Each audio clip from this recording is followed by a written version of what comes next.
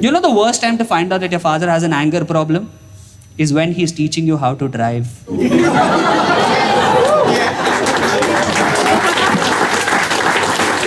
That brings back memories, doesn't it?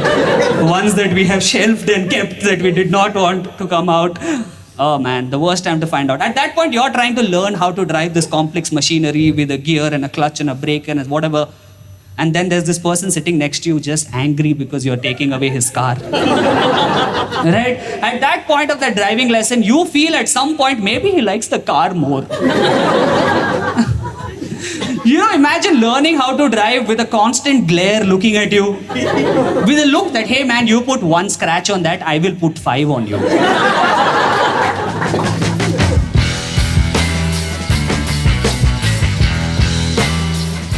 One of my childhood dreams was to buy a car. Right? That was every kid's dream. I'll tell you why it was a dream as a child. Because when you were young, cars were very aspirational. Don't you guys remember? Right? They made it look like if you had a car, you would get laid every day. Which, see, as an adult now, I know it's not true. Because if it were true, then the only people getting laid should be Uber drivers. That's not true. We all know that, right? The other reason I wanted to buy a car, because when I was a child, my father used to drive me around. I wanted to be like my father. You know, I wanted to be that independent, cool person who gets to drive around wherever he goes. Okay, but my dad was not the best example of driving. Because as most dads from our generation, he would do road rage even when he's at home. So do you remember what's the hardest part about driving a manual, learning how to drive a manual? Putting the clutch at the right time. Do you guys remember that nightmare? When you first start learning how to drive, you release the clutch too soon and the car conks off. It's almost like the car is also like, no, I don't want to. You don't drive. I remember very vividly this one memory of me as a child. I was at this signal, okay? And my dad was an angry person. I told you this already. And his way of showing road rage is very different. The way he would yell at people is if somebody cut him off in traffic, he would go up to them and be like, this is why illiterate people should not be given driver's license. Which is such a dad way to yell at somebody. He's not just saying that he's a bad driver, he's also saying you should have studied in school. It's great, okay? My dad would yell at me like this, and I'm stuck with this man in this car, okay? And I remember very vividly, there was a signal, and the signal was red. I was the first car at the signal, and I knew that if this signal turns green and I don't do this right, this was more pressure than board exams. If you ask me what was the hardest thing you did as a child, it was that traffic signal. Down the road from my house, the first signal on the road, okay, there is an L board on my car. I am learning, okay, but my dad hasn't read the L board yet. Okay, he's like, come on, Kritarth, do this. You know, there's a lot of people behind you. If you don't do this, you're going to hold up traffic. I'm getting worried, right? The signal is still red. The countdown goes 5, 4, 3, 2, 1. Signal turns green, car switches off. And things are just going downhill from here, okay? The guy behind me is honking, the signal has turned green, my dad has turned red. I am trying to start this car, but it is not starting. I get down from the car in anger, and the guy honking behind me is going berserk. I get down, I close the door, and I yell at him. I was like, hey, can't you see the L board? That's why illiterate people should not be given driver's license.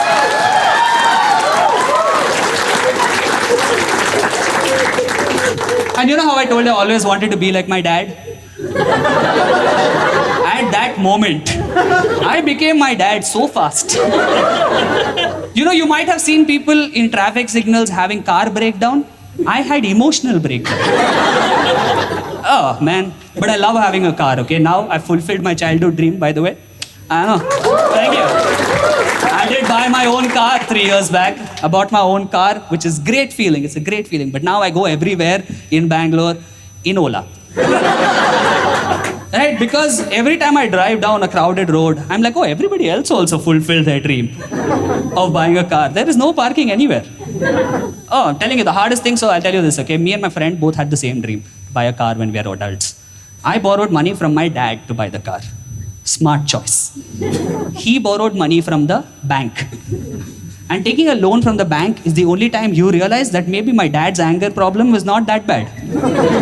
Right? Because this guy is finding it really difficult to pay the bills because we both bought our cars right before COVID. which means after that, none of us are making money. And then the bank wants you to pay the EMI. You know what a problem with an EMI is, right? They sell it to you like it's a solution. They're like, oh, you don't have money today. Oh, don't worry. We will give you the money. And then every month we will remind you what a big mistake this was.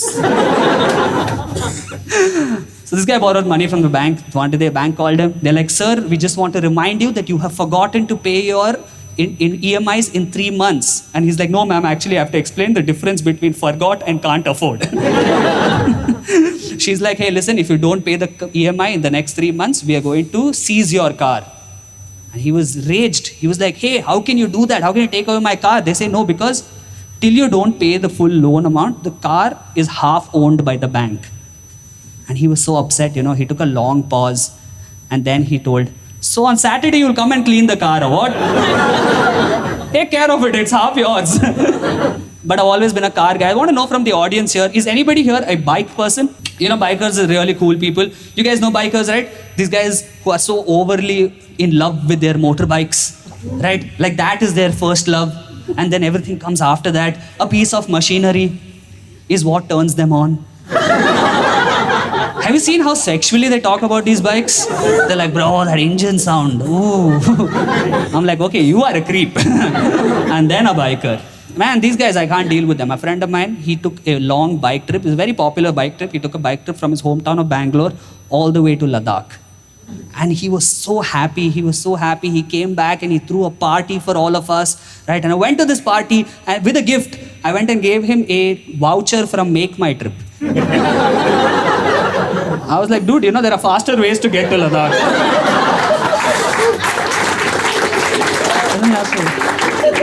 There was a time when biking was really cool, If somebody from my dad's generation told me, hey, back in our days, we were riders. We had our Rajduts and our Yesdis and our Royal Enfields, and we'd go on these long bike rides. You would be like, oh, he was such a cool rider. Today, if somebody tells me he's a rider, I'm like, what, Dunzo, Swiggy, Zomato? What kind of a rider are you? I've never understood bike people, okay? Hardly. Like, I'm a car person. Clearly, you guys know that by now. And when I'm in a highway, this would have happened if you're driving on a highway in a car, right? At some point, you will hear a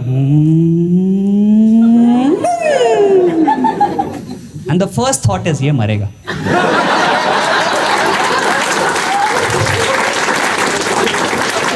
It is never, oh, so cool. It's always, ye marega. And they never travel alone, by the way. It's always, and you're like, what is the swarm of bees doing over here on the highway? But I love how people are so enthusiastic about bikes, okay? I had this friend of mine from college who bought this bike, which is called a Harley Davidson Iron 883. Has anybody heard of this bike? Yeah. Sir seems very excited. Is that your dream bike or something? Yeah. Oh my God, I'm just going to shit on it so badly right now. See, you saw that enthusiasm he had where somebody else bought it, he got excited about it. That's how bikers are, man. They're really excited. This friend of mine wanted to buy this bike. He was so excited. He finally fulfilled his dream of buying his bike. He calls me. He's like, hey, man, it's here. I was like, why did you want to buy this bike? He's like, it has great torque, great horsepower. It drives like butter on the road. I'm like, okay, you know what? That's a weird expression, I know. I said, okay, you know what? Let me be happy for this guy. He's achieved his dream. I said, okay, you know what? I'm coming to your house right now. Let's go for a ride. And he says, actually, that we can't. I said, why? He's like, because it has only one seat. How much does it cost? 13 lakhs. 13 lakhs for one seat? That's the bike you want, sir? Are you married? Yeah. Oh. And what does she think of this amazing investment? It's like, I wanted a 3-seater from IKEA. You said it was expensive. 13 lakhs for one bike, one seat. It's only one bike, by the way. One seat for 13 lakhs. 13 lakhs for one seat, that's not a motorbike, my friends. That's an engineering degree.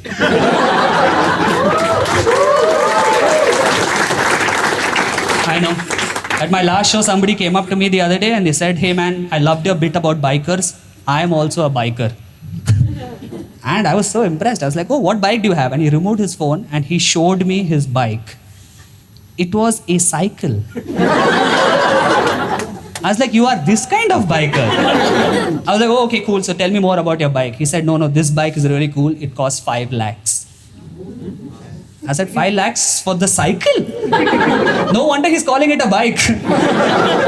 He's like, no, it's 5 lakhs. It's really good. I was like, man, if I'm paying 5 lakhs for a piece of machine, I want it to ride itself. And I should lose calories at home. And then when it comes back, it should tell me career advice. That's how I want it to work.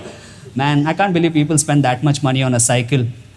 Hard to believe, right? It's great because only city people can do these things. Only city people can invest 5 lakhs at a cycle and then call it exercise. Because people in small town call it transportation.